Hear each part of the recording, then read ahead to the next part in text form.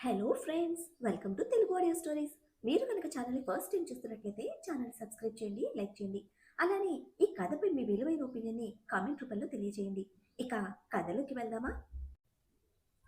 Video చూస్తున్నందరూ కింద కనిపిస్తున్న hype option యొక్క వీడియోని ఎంకరేజ్ చేయండి. రాజేంద్ర గారు ఒక డీప్ బ్రీత్ తీసుకొని వదిలి, ఓయ్, నేను అడిగిన దానికి మాత్రమే సమాధానం చెప్పు. నువ్వు వాణ్ణి నిజంగానే లవ్ చేశావా అని అడిగితే వజ్రం గారు ఒకసారి రాజేంద్ర గారి వైపు చూసి తల దించుకొని, మన పెళ్ళయ్యే వరకు ప్రేమించాను మా బావని.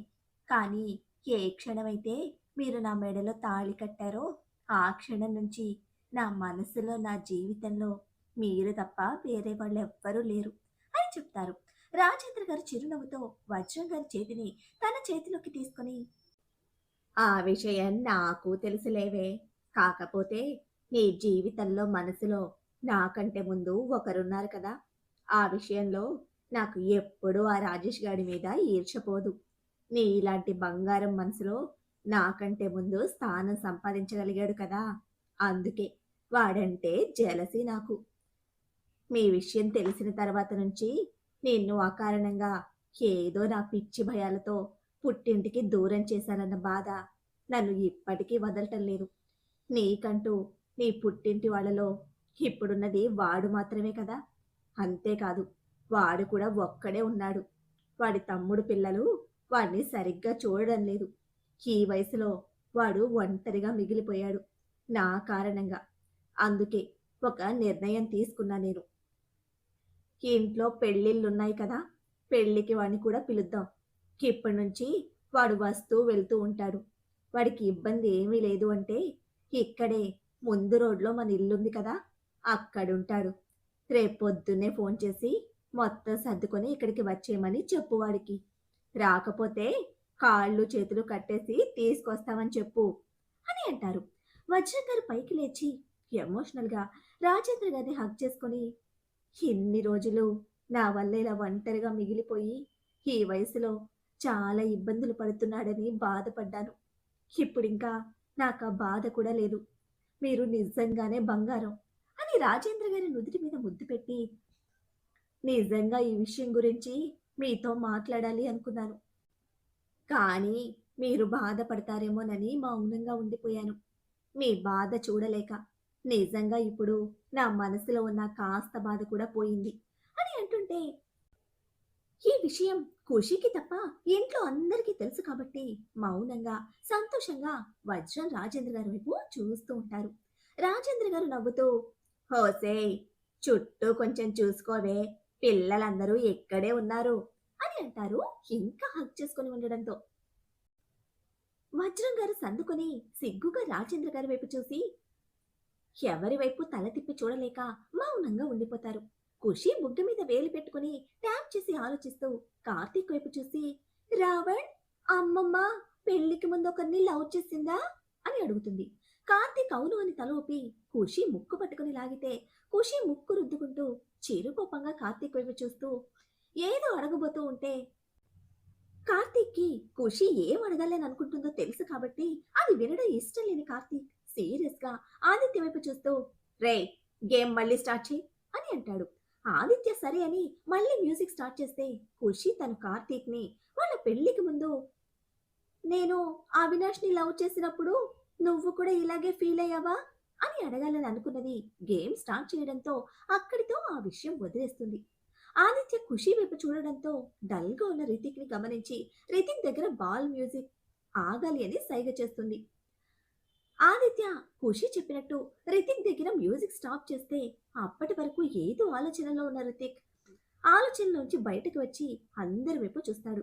ఆదిత్య రితిక్ వైపు చూస్తూ, సార్, ట్రూత్ ఆర్ డేర్ చూస్ చేసుకోండి అని అంటే రితిక్ ఒకసారి ఆదిత్య వైపు చూసి ట్రూత్ అని అంటాడు. ఖుషి కార్తీక్‌తో, రావణ్, నువ్వే అడుగు అని అంటుంది రితిక్ గురించి సరిగ్గా తెలియకపోవడంతో. కార్తీక్ రితిక్‌ని సూటిగా చూస్తూ, ప్రేమించిన అమ్మాయిని పెళ్లి చేసుకోవడానికి ఎందుకు ఇంతలా ఆలోచిస్తూ బాధపడుతున్నావు అని రితిక్‌ని అడిగితే రితిక్ తలదించుకొని, ఎవరైనా ప్రేమించిన అమ్మాయికి ఏ కష్టం రాకుండా తనకి ఎప్పటికీ తోడుగా, అండగా ఉండాలి అని అనుకుంటారు. ఇప్పుడు నేనున్న పరిస్థితుల్లో ఎవ్వరికైనా భారంగా మారుతాను. ఎవరు ప్రేమించిన వాళ్ళని కష్టపెట్టాలి, వాళ్ళకి భారంగా మారాలని అనుకోరు కదా! నా వరకు తన మీద నాకెప్పుడూ ద్వేషం, పగ లేవు. పెళ్లి చేసుకొని తనని ఇబ్బంది పెట్టాలన్న ఉద్దేశం కూడా లేదు. తన ఆలోచన వల్ల ఒక నిండు ప్రాణం బలైందన్న కోపం తప్ప నాకు తన మీద ఇప్పటికీ ప్రేమ అలానే ఉంది. ఎప్పటికీ ఉంటుంది కూడా. నేను రియాని ఎలా ఉందో అలాగే ప్రేమించాను. తనలో ఉన్న లోపాలతో సహా ప్రేమించాను. తనలో ఉన్న గర్వం, కోపం, పంతం, మొండితనం అవి తన పెంపకం, చెడు స్నేహాల వల్ల వచ్చుండొచ్చు కానీ స్వతహాగా తను మంచిదే అని చెప్తూ ఉంటే రితిక్ చెప్పింది మొత్తం ఆదిత్య వీడియోతో సహా రికార్డ్ చేయడం అక్కడ ఉన్న కార్తీక్, శౌర్య తప్ప ఎవ్వరు చూడలేదు. కార్తీక్ కొంచెం సీరియస్‌గా రితిక్ వైపు చూస్తూ, "నువ్వు చెప్పిన గర్వం, కోపం, పంతం వల్ల ఒక నిండు జీవితం బలైంది. నీ పరిస్థితి ఇలా అయింది. అందుకు తను ఎంతో కొంత ప్రాయశ్చిత్తం చేసుకోవాలి కదా! అందుకే ఈ పెళ్లి. తను చేసిన తప్పుల్లో ఒక్కటైనా సరిదిద్దుకోవాలి కదా!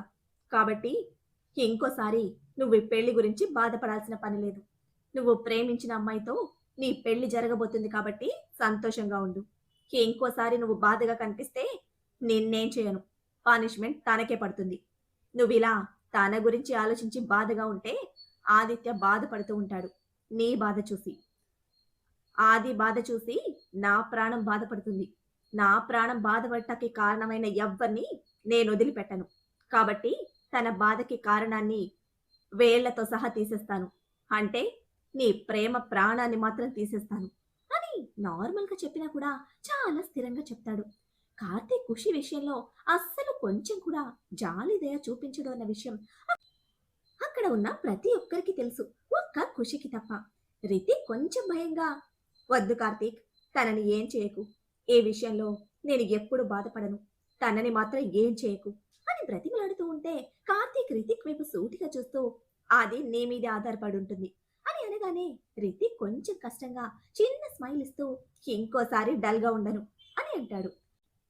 ఖుషి కళ్ళు గుండ్రంగా తిప్పి, "తిక్క రావణ్, మెంటల్ రావణ్, బీస్ట్ రావణ్ అందరినీ బెదిరించడమే.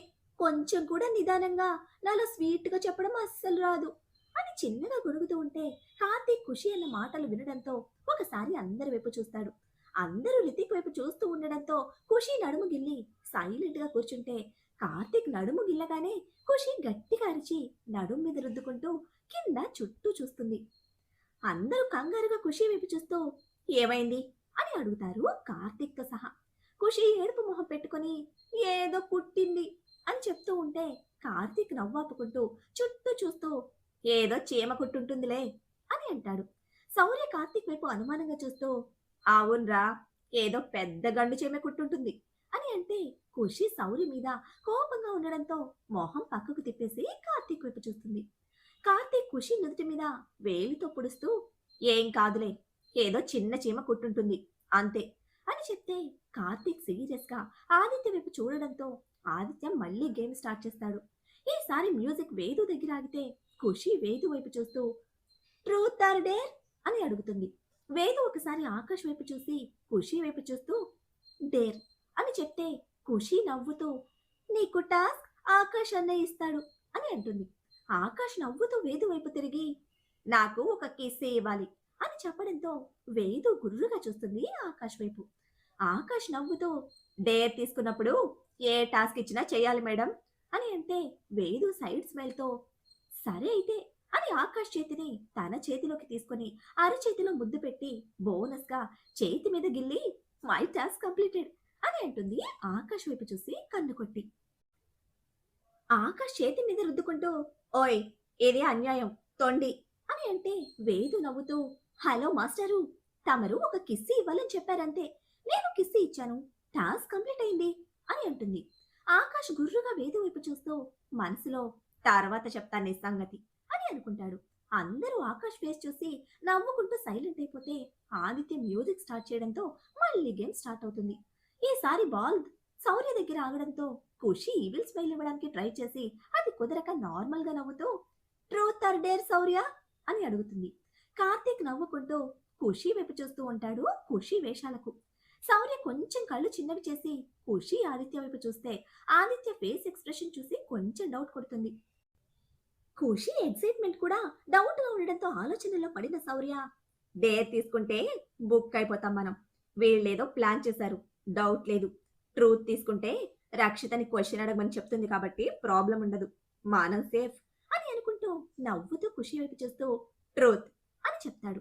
అదే అతని కొంప ముంచుతుందని తెలియక శౌర్య డేర్ తీసుకుంటాడు అని అనుకున్న ఖుషి, ఆదిత్య నిరాశగా ఒకరి వైపు ఒకరు చూసుకుంటే శౌర్య తను అనుకున్నది నిజమే అని అనుకుంటూ అమ్మయ్యా మనం డేర్ చెప్పకపోవడం మంచిదైంది అని మనసులో హ్యాపీగా ఫీల్ అవుతూ ఉంటే ఖుషి బుగ్గ మీద వేలు పెట్టుకొని ఆలోచిస్తూ రక్షిత వైపు ఒకసారి చూసి చిన్నగా కొంచెం కార్తీక్ పక్కకి జరిగి రావణ్ అని పిలుస్తుంది.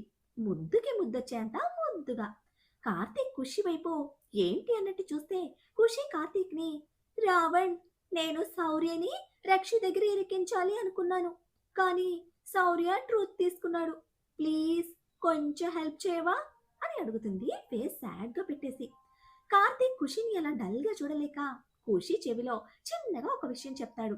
కార్తీక్ చెప్పింది వినగానే ఖుషి కళ్ళు మాతాబుల్లా వెలిగిపోతే శౌర్య కళ్ళు చిన్నవి చేసి కార్తీక్ ఖుషి వైపు చూస్తూ, మీరు నన్ను చీట్ చేస్తున్నారు. ఎంతసేపు ఏంటి? నేను ట్రూత్ అని చెప్పాను కదా, ఎవరు అడగాలో చెప్పండి అని అంటాడు. ఆదిత్య శౌర్య వైపు చూస్తూ, ఇందులో చీటింగ్ ఏం లేదు. మేము రూల్స్ ముందే చెప్పాం కదా, మా రూల్స్ మాత్రమే ఇక్కడ ఉంటాయి అని చెప్తే శౌర్య పళ్ళు కొరుకుతూ ఆదిత్య వైపు సీరియస్ గా చూసి, నీ సంగతి తర్వాత చెప్తా అని అనుకుంటాడు మనసులో. ఖుషి శౌర్య వైపు చూస్తూ, నేను క్వశ్చన్ అడుగుతాను నిన్ను అని అంటే శౌర్య కళ్ళు చిన్నవి చేసి, అదేంటి, నన్ను నా రక్షిత కదా అడగాల్సింది అని అంటాడు. ఆదిత్య నవ్వుతూ, మేము రూల్స్ ముందే చెప్పాం కదా, ఇదిగో ఇలా చీట్ చేస్తారనే మేము మా రూల్స్ ముందే చెప్పాము. క్వశ్చన్ ఎవరు అడగాలో డిసైడ్ చేసేది మా అమ్మనే. ఇప్పుడు మా అమ్మనే క్వశ్చన్ అడగాలి అని డిసైడ్ అయింది అని అంటాడు. శౌర్య పళ్ళు కొరుకుతూ ఆదిత్య వైపు సీరియస్ గా చూస్తాడు. ఆదిత్య శౌర్య లుక్స్ ని కొంచెం కూడా పట్టించుకోకుండా ఖుషి వైపు చూస్తూ, మమ్మ నువ్వు అడుగు అని అంటాడు. ఖుషి శౌర్య వైపు చూస్తూ, నువ్వు రక్షి కంటే ముందు ఎవరినైనా లవ్ చేసావా? లవ్ చేస్తే ఎవరిని లవ్ చేసావు? ఇప్పుడు తను ఎక్కడుంది? ఏం చేస్తుంది? నువ్వు ఇంకా తనని ఇష్టపడుతూనే ఉన్నావా అని అడిగితే శౌర్య తెల్లబోయి చూస్తూ ఏదో అడగబోతూ ఉంటే ఖుషి కొంచెం సీరియస్ గా, ఇది మొత్తం ఒకటే క్వశ్చన్, ఒకటేసారి అడిగాను, నేను సపరేట్ గా అడగలేదు. నువ్వు ట్రూత్ చూస్ చేసుకున్నావు కాబట్టి ట్రూత్ మాత్రమే చెప్పాలి అని అంటుంది. శౌర్య ఒకసారి రక్షిత వైపు చూసి కార్తీక్ వైపు చూస్తాడు ఫేస్ జాలిగా పెట్టేసి. కార్తీక్ వస్తున్న నవ్వాపుకుంటూ, నాకేం సంబంధం లేదు అన్నట్టు భుజాలు కదిలిస్తే శౌర్య గుర్రుగా కార్తీక్ వైపు చూస్తూ, నువ్వు కూడా నాకు దొరుకుతావు, అప్పుడు చెప్తా నీ సంగతి అన్నట్టు చూస్తే కార్తీక్ ఒక కేర్లెస్ లుక్ ఇస్తాడు. మీకు నచ్చింది చేసుకోపో అన్నట్టు. ఖుషి కొంచెం సీరియస్ గా శౌర్య వైపు చూస్తూ, శౌర్య నువ్వు సమాధానం చెప్పు, లేట్ చేస్తే పనిష్మెంట్ ఉంటుంది అని చెప్తుంది. శౌర్య ఒక డీప్ బ్రీత్ తీసుకొని వదిలి రక్షిత వైపు చూడకుండా వేరే వైపు చూస్తూ, ఒక 3 years కి ముందు నేను ఒక అమ్మాయికి ప్రపోజ్ చేశాను. తన పేరు రాజేశ్వరి. నేను ప్రపోజ్ చేసిన తర్వాత ఒక 20 రోజులకే తనకి పెళ్ళయింది. నేను ప్రపోజ్ చేసే అప్పటికే తనకి ఎంగేజ్మెంట్ అయిపోయింది. ఇప్పుడు తనకి 2 పిల్లలు కూడా ఉన్నారు అని చెప్తే ఖుషి బుగ్గ మీద వేలు పెట్టుకుని ట్యాప్ చేసుకుంటూ, మరి నువ్వు ఇంకా తనని లవ్ చేస్తూనే ఉన్నావా శౌర్య అని అడుగుతుంది. శౌర్య ఎప్పుడు లేనిది టెన్షన్ గా రక్షిత వైపు ఒకసారి చూసి ఖుషి వైపు చూస్తూ షర్ట్ 2 బటన్స్ చిన్నగా తీసి హార్ట్ మీద యునిక్ స్టైల్లో ఆరని ఉన్న టాటూని చూపిస్తాడు. రక్షిత వైపు చూడలేక పక్కకి చూస్తూ. రక్షిత శౌర్య వైపు చూడకుండా మౌనంగా ఉంటే రక్షిత మౌనం ఎందుకో శౌర్యలో చిన్నపాటి భయాన్ని పుట్టించడంతో రక్షిత వైపు తిరిగి, రక్షిత ఆ అది అంటుంటే రక్షిత శౌర్య కళ్ళలోకి సూటిగా చూస్తూ, ఇప్పుడు మీ మనసులో ఆమె ఉందా అని అడుగుతుంది. శౌర్య క్షణం కూడా ఆలోచించకుండా, నా మనసులో ఇప్పుడు నువ్వు మాత్రమే ఉన్నావు, ఎప్పటికీ నువ్వు మాత్రమే ఉంటావు, తను నా ఫస్ట్ లవ్, నువ్వు నా లైఫ్ అని చెప్తే రక్షిత చిరునవ్వుతో, మరి ఇంకా ప్రాబ్లం ఏముంది, మీరు కంగారు పట్టడానికి, నాకు మీ గతంతో పని లేదు, నువ్వు నా భవిష్యత్తు, కానీ ఆ టాటూ మాత్రం రిమూవ్ చేయించుకోవాలి మీరు. ఆ టాటూ మీ గుండెల మీద ఉన్నన్ని రోజులు మన పెళ్లి జరగదు అని సీరియస్ గా చెప్పడంతో శౌర్య బిక్క మొహం పెట్టుకుని కార్తీక్ వైపు చూస్తే కార్తీక్ శౌర్య మొహం చూసి వస్తున్న నవ్వాపుకుంటూ ఖుషి వైపు చూస్తూ కన్ను కొట్టి ఎప్పుడు నువ్వు హ్యాపీనా అని అడుగుతాడు చిన్నగా. ఖుషి బ్రైట్ గా నవ్వుతూ హ్యాపీ అన్నట్టు తలుపుతూ మళ్ళీ వెంటనే సీరియస్ గా ఇంకోసారి నా రావణ్ణి టచ్ చేయకూడదు శౌర్య అని అంటుంది. శౌర్య రక్షిత చేతిని తన చేతిలోకి తీసుకుని ఓసేయ్, నీ పేరు కూడా ఆర్తోనే స్టార్ట్ అవుతుంది కదా, ఇప్పుడు అది ఉండడం వల్ల వచ్చిన ఇబ్బంది ఏంటి? ఎవరు చూసినా నీ పేరేని అనుకుంటారు కదా అని అంటే రక్షిత శౌర్య చేతిని నెట్టేసి ఎవరి గురించి నాకు అనవసరం, నువ్వు ఆమెని ఊహించుకొని ఆ టాటూ వేయించుకున్నావు కదా, మరి నేనెలా ఒప్పుకుంటాను దాన్ని? నిన్ను పెళ్లి చేసుకున్న తర్వాత మీ గుండెల మీద పడుకున్నప్పుడు నాకు ఆ టాటూ చూడగానే ఆవిడే గుర్తొస్తుంది. జీవితాంతం నేను ఆ సవతి పోరు పడాలని అనుకోవడం లేదు. నీ గుండెల మీద ఆ టాటూ ఉంటే మాత్రం పెళ్ళైనా నువ్వు జీవితాంతం బ్రహ్మచారిగానే ఉంటావు. ఇంకా ఆ టాటూ ఉంచుకోవడం తీసేయడం నీ ఇష్టానికి వదిలేస్తున్నా. నా నిర్ణయంలో మాత్రం ఎలాంటి మార్పు ఉండదు అని గట్టిగా చెప్తే శౌర్య ఏడుపు మొహం పెట్టుకుని ఖుషి వైపు గుర్రుగా చూస్తూ రాక్షసి, నేను నీకు ఏం అన్యాయం చేశానే అని అడుగుతాడు. ఎంత ధైర్యం ఉంటే నా రావణ్కి కిస్సి ఇస్తావు, ఇంకా నా రావణ్ వడిలో కూర్చుంటావు? అందుకే ఇది నా రివెంజ్. నా రావణ్కి నేను మాత్రమే కిస్సి ఇవ్వాలి, నా రావణ్ వడిలో నేను మాత్రమే పడుకోవాలి. అలా కాకుండా వేరే ఎవరైనా నా ప్లేస్ ని, నా ప్రాపర్టీ అయిన నా రావణ్ణి టచ్ చేస్తే ఇలాగే రిటార్ట్ ఉంటుంది అని అంటుంది గుర్రుగా శౌర్య వైపు చూస్తూ. కార్తీక్ ఖుషి జలసికి ఒక పక్క హ్యాపీగా ఫీల్ అవుతూ జాలిగా చూస్తాడు శౌర్య వైపు. శౌర్య గుర్రుగా కార్తీక్ వైపు చూస్తూ నువ్వే కదా ఆ రాక్షసికి నా లవ్ గురించి చెప్పింది అని అడుగుతాడు కార్తీక్ ని. మరి ఇప్పుడు శౌర్య క్వశ్చన్ కి మన కార్తీక్ రియాక్షన్ ఏమిటి? మరి అందరూ కోరుకుంటున్నట్టు రితిక్ రియా మైక్ వర్షల పెళ్లిళ్ళు ఎటువంటి ప్రాబ్లం లేకుండా జరిగిపోతాయా? కార్తీక్ చెప్పినట్టు రావణ్ గా కార్తీక్ ప్రతాప్ వాళ్ళ ముందుకు వెళ్తాడా? వెళ్తే అజయ్ కృష్ణని రావణ్ అని కనిపెట్టేస్తారా? ఏం జరుగుతుందో తెలియాలంటే నెక్స్ట్ ఎపిసోడ్ ని ఫాలో చేయండి. అలానే ఈ ఎపిసోడ్ ని లైక్ చేయడం మాత్రం మర్చిపోకండి. Bye friends.